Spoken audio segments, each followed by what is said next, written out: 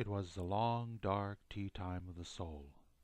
The digital clock by the head of my bed read 4:44. I had already been awake for at least an hour, and it looked like I would not be going back to sleep any time soon. Now I have some background in science, and I had no doubt that the sun would be coming up in the morning. I thought that I could wait this out. And then as I watched the clock not changing to 4:45, I began to doubt my doubts. I could still hear my wife breathing next to me, breath in, breath out, and I reminded myself that so long as I and everything around me was not flying apart, gravity must still be in force, the earth was still turning, and the sun would indeed be coming up in the morning. So there was no reason to panic. Yet still, as time dragged ever slower and slower, I began to think about things better not thought about. Why am I here? And where is here if everything is in motion because of the Big Bang? And why did the Big Bang bang in the first place, and where will it all end? And what if the light in the refrigerator actually does never turn off? I mean, you cannot even check the light without opening the door, so how could you ever know for sure? It's like Schrodinger's cat, waiting, stuck all alone in a box, in absolute uncertainty, neither dead nor alive until someone looks into the box. What if my wife wakes up and looks over at me? And what if I'm the one that's already dead, but no one has looked into this box of a room yet? And then that is just that. I'm dead. The clock still read 4:44. I pinched myself. That's what people in the movies do when they think that they might be dreaming. It hurt when I pinched, and the clock didn't change. Maybe I was dreaming that I was not dreaming. I pinched myself again. It hurt again, just like the first time. There was apparently no way that I could know if I was awake or dreaming, or dead or alive.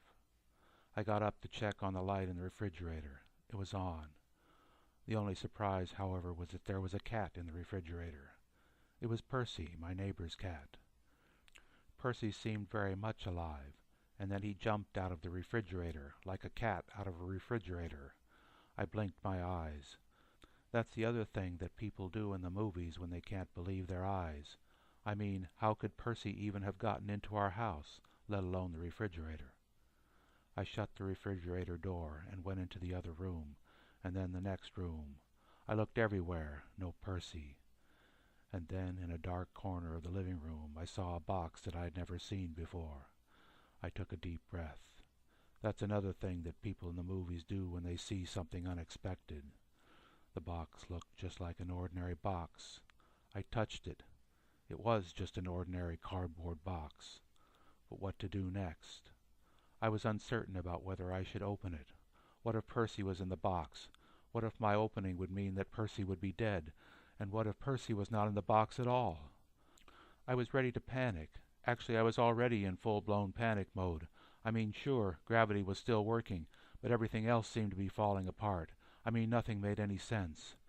I tried to calm down without much success. I decided just to leave the box alone and to go back into the kitchen. I opened the refrigerator door. The light was out. I closed my eyes. I was running out of things that people do in the movies when they can't believe their eyes. I kept my eyes shut and stumbled my way back into the bedroom. I could hear my wife breathing, soft breath in, soft breath out. Trying not to wake her in case if she saw me I might turn out to be dead, I crawled carefully back into bed.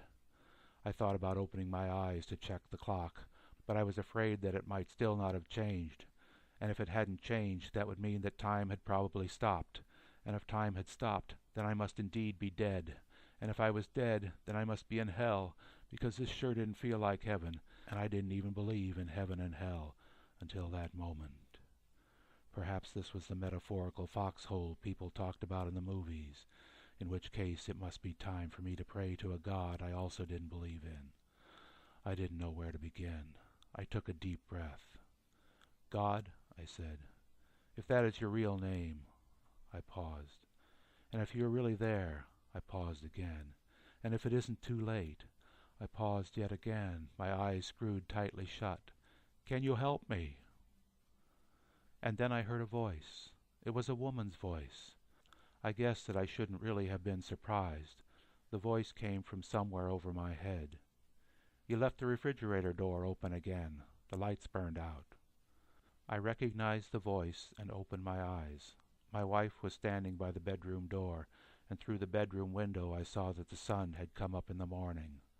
I breathed in. I breathed out. When my wife left, I checked my pulse, just to make sure.